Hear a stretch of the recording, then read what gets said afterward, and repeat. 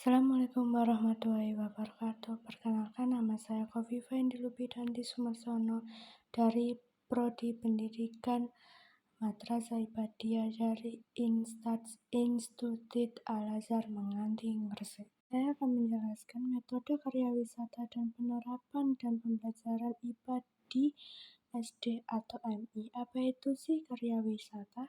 Karya wisata adalah kegiatan belajar mengajar dengan mengunjungi objek sebenarnya yang ada hubungannya dengan pelajaran tertentu.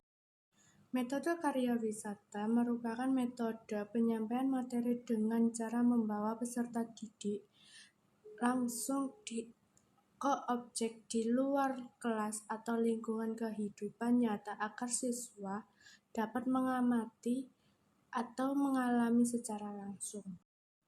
Karya wisata juga bisa diartikan membawa peserta didik ke objek-objek tertentu sebagai pengayaan, pengajaran, pemberian, pengalaman belajar yang tidak mungkin diperoleh anak didik di dalam kelas, dan juga memberi kesempatan untuk anak didik mengobservasi dan mengalami sendiri dari dekat.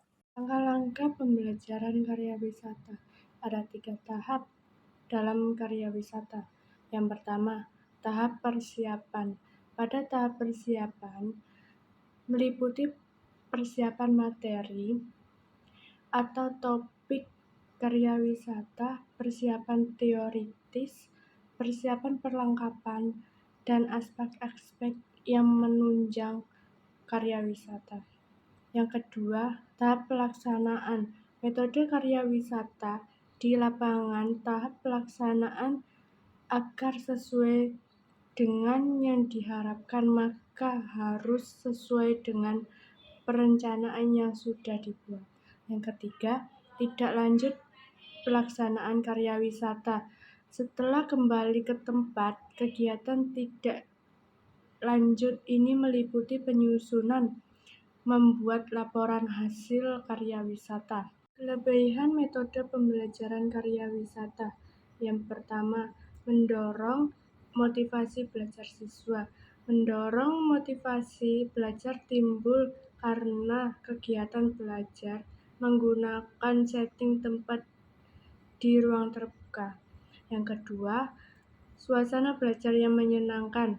Di luar kelas membuat siswa senang, guru dapat mengeksplorasi dalam menciptakan suasana belajar seperti bermain, menjelajah, rekreasi, meneliti, observasi, dan lain sebagainya. Yang ketiga, mengasah aktivitas fisik dan kreativitas. Kegiatan belajar di luar kelas membuat aktivitas fisik. Hal ini dikarenakan kegiatan ini menggunakan strategi belajar dengan memperagakan suatu penugasan. Yang keempat, menggunakan media pembelajaran yang konkret. Media pembelajaran konkret dapat ditemukan dalam pembelajaran di luar kelas. Yang kelima, penguasaan keterampilan dasar, sikap, dan apresiasi. Bentuk kegiatan belajar di luar kelas seperti menjelajah atau mengamati lingkungan sekitar sekolah dapat mendorong siswa untuk mempelajari suatu yang mereka peroleh melalui benda-benda yang di lingkungan sekitar mereka. Kelemahan atau kekurangan metode pembelajaran karya wisata. Kelemahan metode karya wisata yaitu karya wisata biasanya dilaksanakan di luar sekolah sehingga membutuhkan jarak tempuh yang cukup jauh, sehingga membutuhkan alat transportasi, membutuhkan biaya transportasi, dan tiket masuk. Membutuhkan waktu yang tidak sedikit sehingga jangan sampai mengganggu kegiatan pembelajaran di sekolah dan keamanan untuk siswa dan guru.